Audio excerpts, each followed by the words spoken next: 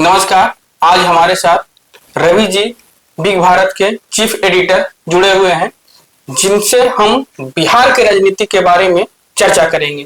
रवि जी, आप बिहार के राजनीति के बारे में क्या देख रहे हैं, क्या सोच रहे हैं, किसका भविष्य बिहार की राजनीति में उज्जवल होने वाली है 2025 में? ये सबसे पहले तो बहुत धन्यवाद आपको सुनील जी कि आपने बिहार के राजनीति के विषय पर चर्चा का एक सेशन रखा है। निश्चित रूप से बिहार की सियासी समीकरण काफी जोरों शोरों से चल रही है और 2 चरण के जो चुनाव थे उसमें 1 चरण का मतदान संपन्न हो गया है। लेकिन अब देखना यह है कि क्या दूसरे चरण के जो मतदान है वो उसी प्रकार से शांतिप्रिय तरीके से हो पाएंगे?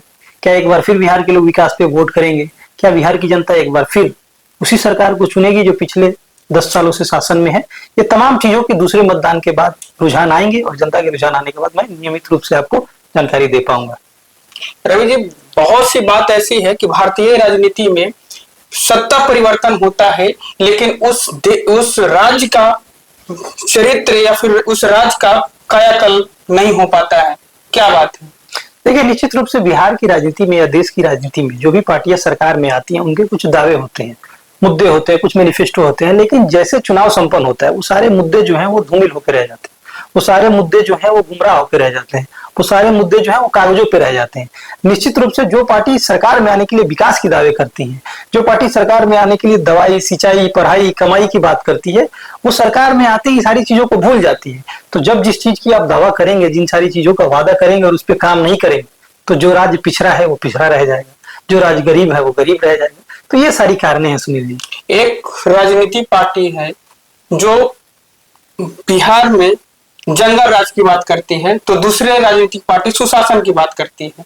लेकिन जनता में इस तरह के जो राजनीतिक पार्टी अपना बात बताते हैं, इससे इमेज जनता में क्या जाता है? एक भय दिखाकर जंगल राज की बात करते हैं, तो दूसरा सुशासन के, इसमें जो जनता है डायलेमा में फंस जाता है। आप इस बात पे क्या कहेंगे?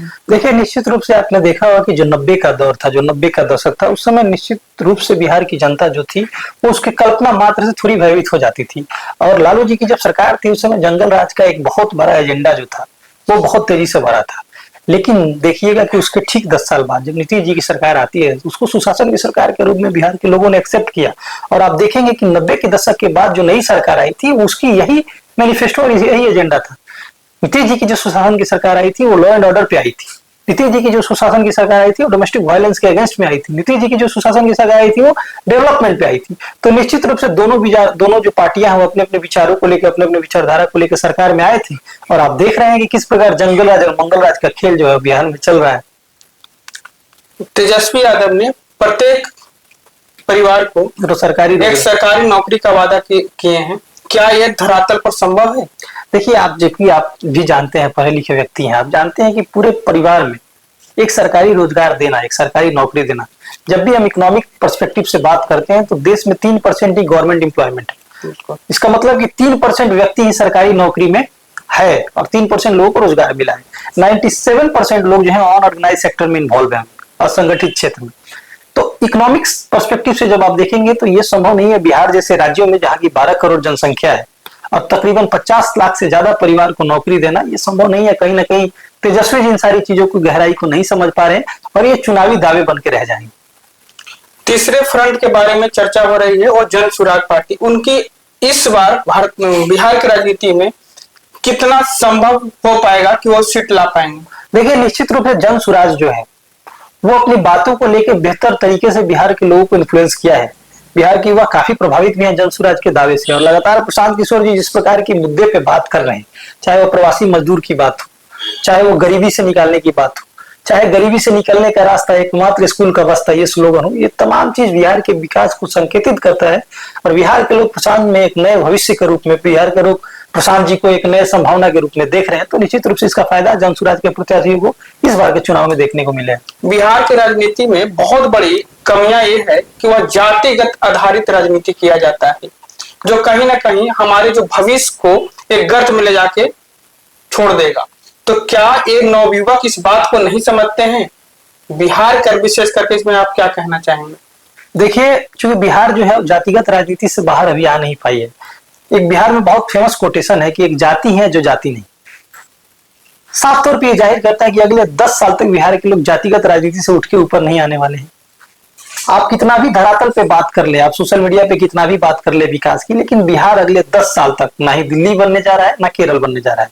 बिहार के लोग बातें तो सारे करेंगे, लेकिन जब वोट देना हुआ तो अपने स्थानीय प्रतिनिधि को जात के नाम पे वोट करेंगे, अपने स्थानीय प्रतिनिधि को संप्रदाय के नाम पे वोट करेंगे, अपने स्थानीय प्रतिनिधि को अपने धर्म के नाम पे वोट करेंगे। तो बिहार अगले 10 साल तक जातिगत राजनीति से बाहर निकलने वाली नहीं है। जी सुनील। हाल फिलहाल में बहुत से बिहार में घटना घटी, चाहे तो मोकामा के लेकर हो या कहीं ना कहीं ये जंगल राज का संकेत तो नहीं दे रहा है। देखिए, निश्चित रूप से हम इन सारी चीजों को टिप्पणी नहीं करेंगे, क्योंकि मोकामा का जो घटना है जिसमें आप बात कर रहे हैं अनंत सिंह का, जो दुलारचंद यादव की हत्या की, वही मामला बात कर रहे हैं आप, तो वो लॉ एंड ऑर्डर का फेलियरिटी है। अभी सरकार इस चीज को नहीं संवेदना से लेती, नहीं संज्ञान में लेती, सरकार गंभीरता से नहीं लेती, तो शायद जो प्रतिनिधि ये काम कर रहे हैं वो जेल से बाहर होते। और आपको पता होगा कि उसके अगले दिन है सरकार ने उसकी गिरफ्तारी की, अगले दिन वो व्यक्ति जेल चले गए। तो निश्चित रूप से यह शुभ संकेत है और इससे ये साफ जाहिर होता है कि बिहार में सुशासन की सरकार है और बिहार में लॉ एंड ऑर्डर जो है वो इंश्योर कर रहा है।